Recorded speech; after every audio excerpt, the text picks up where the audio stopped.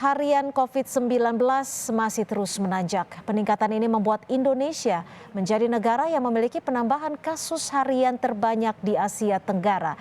Di sisi lain, saudara, tingkat keterisian rumah sakit pun meningkat.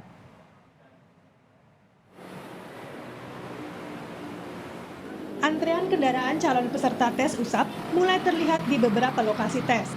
Salah satunya di Jalan Boulevard Bintaro, Tangerang Selatan, Banten. Walau waktu antrean mencapai 2 jam, namun warga rela menunggu. Bukan tanpa sebab, warga memilih berinisiatif mengikuti tes untuk mengetahui kondisi kesehatan dirinya setelah mengalami gejala. Kemarin merasa nggak tahu ada tanda-tanda mungkin gitu ya. Badan meriang, kemudian sakit semua, meriangnya sih enggak. Tapi cuma sehari aja, kemarin aja sebenarnya gitu. Hari ini sudah lumayan baik, cuma ini untuk memastikan saja ini apakah beneran apa enggak gitu kena COVID, apalagi ini Omikron ini yang lagi marak ini. Peningkatan kesadaran warga akan kondisi kesehatan di satu sisi menjadi langkah antisipatif yang patut diapresiasi. Di Jakarta, berdasarkan data Kementerian Kesehatan, pada 2 Februari tercatat ada 9.100 kasus terkonfirmasi COVID-19. Angka ini bertambah 2.700 dari hari pertama di bulan Februari, yakni 6.391 kasus. Sementara secara nasional, kasus harian COVID-19 pada Rabu mencapai 17.895 kasus.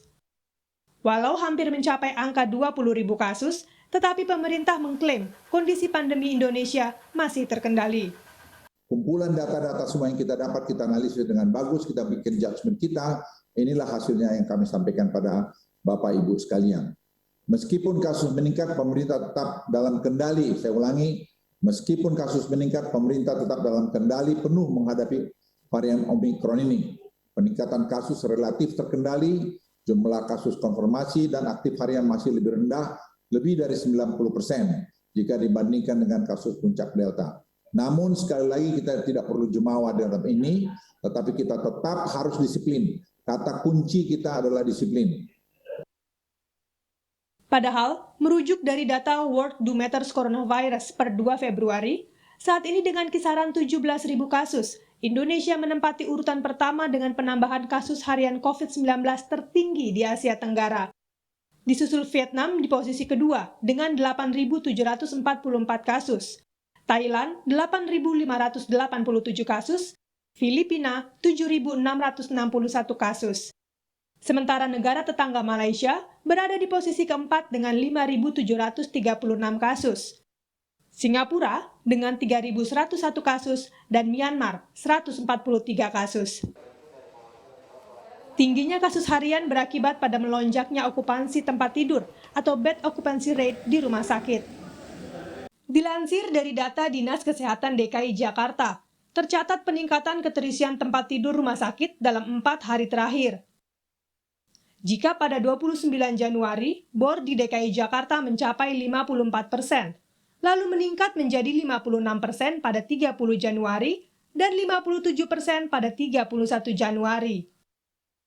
Pada 1 Februari kemarin, keterisian tempat tidur mencapai 60%, alias sebagian besar ranjang rawat rumah sakit sudah terisi. Rumah sakit yang penuh tentu akan berakibat pada risiko kualitas pelayanan tenaga kesehatan yang akan berkurang. Pasien non-COVID juga akan terkendala dalam mengakses pelayanan rumah sakit. Pemerintah didorong untuk mengevaluasi kebijakan pengetatan sosial dan masyarakat kembali diingatkan untuk belajar dari pengalaman, tetap menjalankan protokol kesehatan dan mempercepat vaksinasi.